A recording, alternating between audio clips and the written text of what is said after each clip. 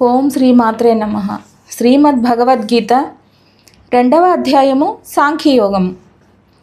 ధ్యాయతో విషయాన్ పుంసః సంగస్తేషుపజాయతే సంగాత్ సంజాయతే కామః కామాత్ క్రోధోభిజాయతే.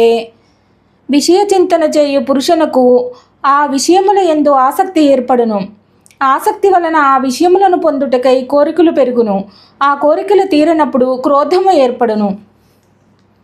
క్రోధాద్భవతి సమ్మోహః సమ్మోహాత్ స్మృతి విభ్రమః స్మృతిభ్రంశాత్ బుద్ధినాశో బుద్ధినాశాత్ ప్రణశ్యతి. అట్టి క్రోధము వలన వ్యామోహము కలుగును. దాని ప్రభావమున స్మృతి చిన్నాభిన్నమగును. స్మృతి భ్రష్టమైనందున బుద్ధి అనగా జ్ఞానశక్తి నశించును. బుద్ధి నాశనము వలన మనుష్యుడు తన స్థితిగతి నుండి పతనమగును.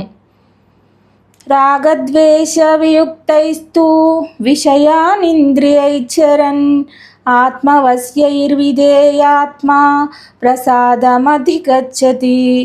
అంతఃకరణమును వశమునందుంచుకునిన సాధకుడు రాగద్వేషరహితుడై ఇంద్రియముల ద్వారా విషయములను గ్రహించుచున్నను మనశ్శాంతిని పొందును. ప్రసాదే సర్వదుఃఖానాం హానిరస్యోపజాయతే ప్రసన్నచేతసో యాసు బుద్ధిః పర్యవతిష్ఠతే. మన ప్రసన్నతను పొందిన వెంటనే అతని దుఃఖములన్నీయును నశించును. ప్రసన్న చిత్తుడైన కర్మయోగి యొక్క బుద్ధి అన్ని విషయముల నుండి వైదొలిగి పరమాత్మయందు మాత్రమే పూర్తిగా స్థిరమగును. నాస్తి బుద్ధిరయుక్తస్య న చాయుక్తస్య భావనా న చాభావయతః శాంతిః అశాంతస్య కుతః సుఖం. ఇంద్రియములు మనస్సు వశమునందు ఉండని వానియందు నిశ్చయాత్మక బుద్ధి ఉండదు. అట్టి అయుక్త మనుష్యుని అంతఃకరణమునందు ఆస్తిక భావమే కలుగదు. తద్భావనాహీనుడైన వానికి శాంతి లభింపదు. మనశ్శాంతి లేని వానికి సుఖము ఎట్లు లభించును? ఇంద్రియాణం హి చరతాం యన్మనోను విధీయతే తదస్య హారతి ప్రజ్ఞాం వాయుర్నావమివాంభసి. నీటిపై తేలుచున్న నావను గాలి నెట్టివేయును.